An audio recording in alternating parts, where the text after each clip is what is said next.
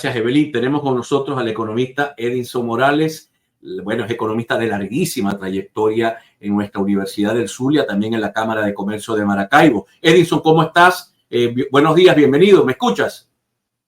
Buenos días. Buenas tardes ya, hoy. Buenas tardes. Buenas tardes, gracias, hermano. Mira, bienvenido. Contigo, mira, importantísimo, sobre todo en esta época del año donde podemos pulsar el cierre económico del año venezolano y también del año zuliano y maravino, y la expectativa económica para el próximo año. Hoy escuchaba a Asdrúbal Olivero decir que podemos llegar a una cifra nuevamente de venta de vehículos que supere los 40,000 vehículos para el próximo año. Este año creo que se vendieron 23,000 vehículos nuevos en Venezuela, lo cual habla de que hay un pequeño empuje de la economía. Te escuchamos. Bueno, yo creo que yo tengo unas cifras que no coinciden mucho con lo que está diciendo Asdrúbal Oliveros. Yo pienso que la economía venezolana en 2024 comenzó en los dos primeros trimestres con un empuje importante, pero eso se cayó después de las elecciones del 28 de julio. Después del 28 de julio privó la incertidumbre y la complejidad, una complejidad increíble por lo que ha ocurrido, una cosa que está a la luz de todos los venezolanos y de todos los analistas económicos, políticos, sociales. Me quedo sin audio. Yasmín, ¿tú lo estás escuchando? El CNN declaró a Nicolás Maduro como ganador de las elecciones con un 51% y posteriormente el Tribunal Supremo de Justicia ratificó eso. Sin embargo, el ex candidato presidencial, Edmundo González Urrutia, dice que él ganó las elecciones con 7 millones de votos y con más de 3 millones de votos de ventaja. Eso creó claramente lo que dije desde el comienzo, un proceso complejo de incertidumbre que está marcando la pauta del segundo semestre del año 2024.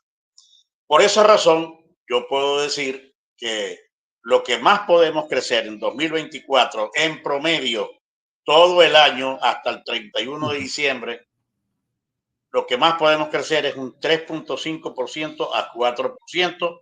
No estoy de acuerdo con las afirmaciones del presidente de la República. Y la inflación estaría alrededor del 40-45%. 40-45% la inflación para el cierre del año. Para el cierre del año, sí.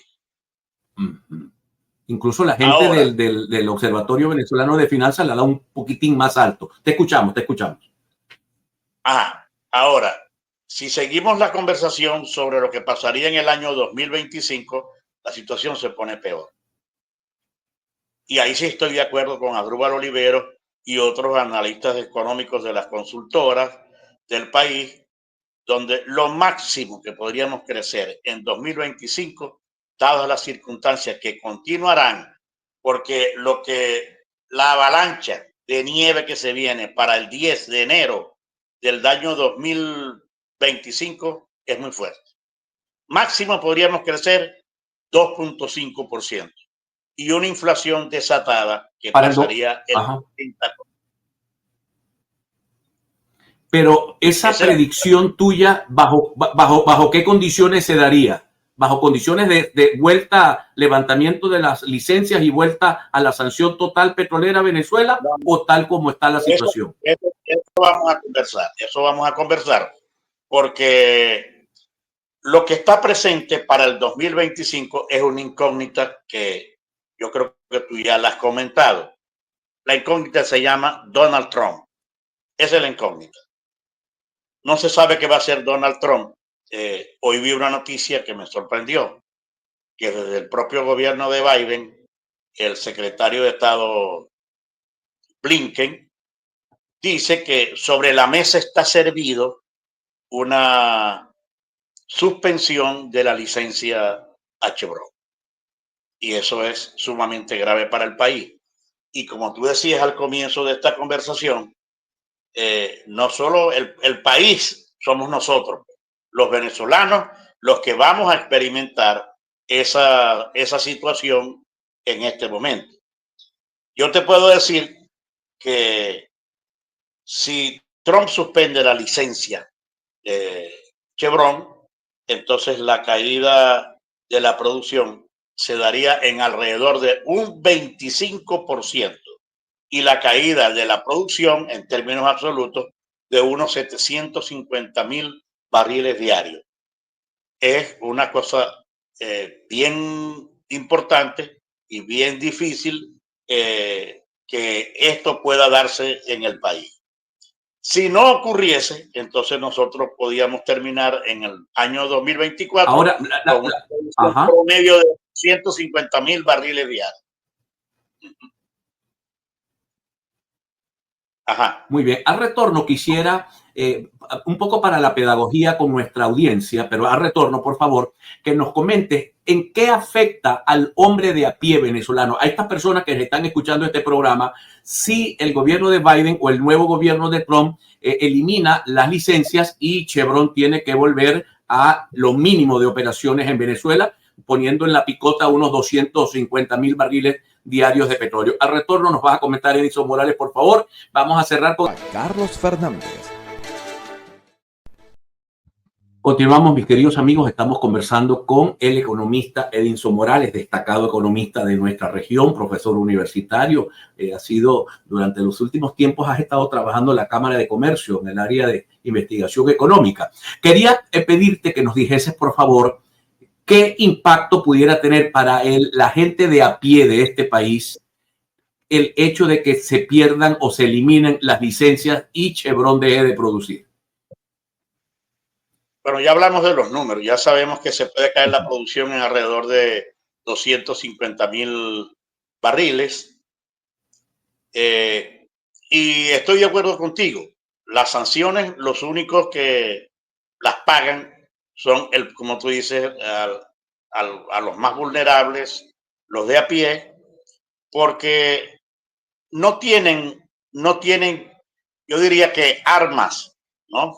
Desde el punto de vista de la discusión social, de la discusión política, sino que reciben los palos, los retazos de las decisiones que se toman. Cuando una persona, tú conversas con una persona en un autobús, en la calle, sobre eso, te das cuenta que la gente está resentida, porque las sanciones lo único que las pagan son los venezolanos y las pagan con menos producción y las pagan con más inflación.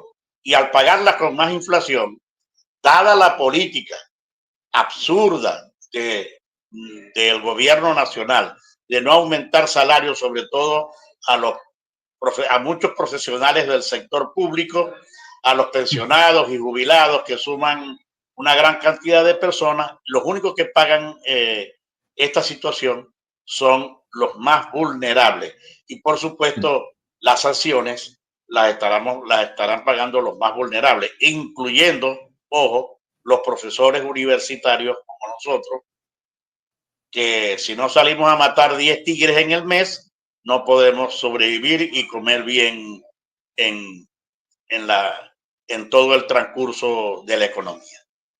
Sí, la gente, profesor, dice, mira, pero es que estos tipos se lo roban todo, ¿qué importa que no les entre nada si se lo roban todo? Pero, ¿cómo opera una restricción de flujo económico en una economía como la nuestra, que entiendo que es como del tamaño de Guatemala? O sea, ¿cómo impacta a la pequeña, a la mediana empresa? ¿Cómo impacta el empleo? Porque la gente cree que eso es una cosa PDVSA y Maduro, pero ¿cómo impacta la economía real, la de la gente? Bueno, eso es muy importante la pregunta y gracias por formularla.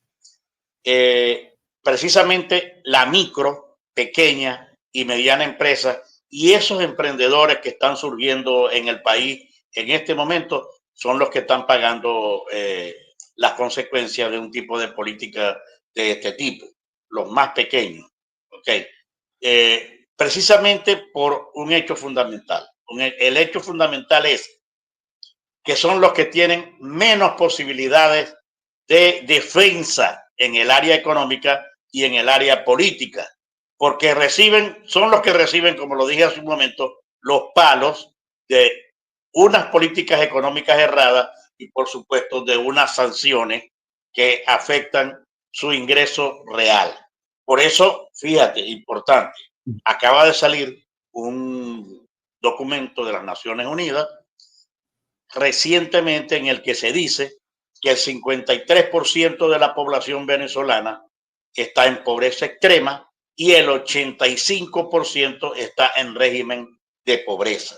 Sí, ese es el impacto de estas cosas que nosotros estamos sufriendo o experimentando en este momento.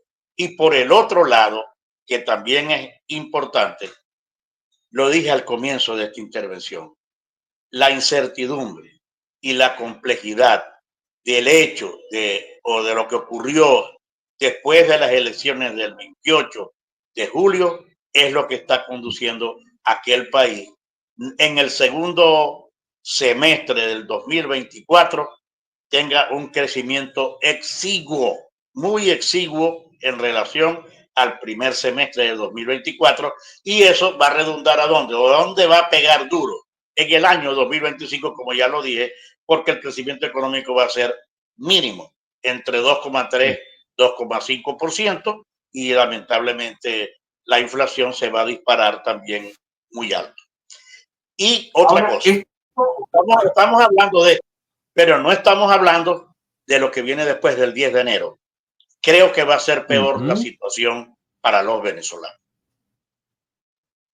Eso quería comentarte, porque enero y la mitad de febrero son meses malos, muy malos siempre, porque la economía está tratando de recuperar, la gente está tratando de recuperar los ingresos luego del gasto de diciembre. Pero si ahora se junta enero, mes malo, los exiguos gastos que puede tener en diciembre, pero si ahora se junta enero malo, incertidumbre y un estirón más con la sociedad norteamericana, ¿qué debería hacer el ciudadano de a pie frente a los 2 o 3 primeros meses del año? Porque también la gente tiene que tener algún sentido del común para protegerse, ¿no?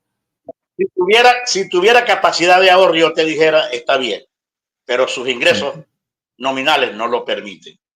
Además, se gastó todo en diciembre, porque todo el mundo celebra, compra ropa, compra comida, hace hallacas, y llega lo que decimos aquí en Maracaibo, entre comillas, todo el mundo llega pelado enero y febrero.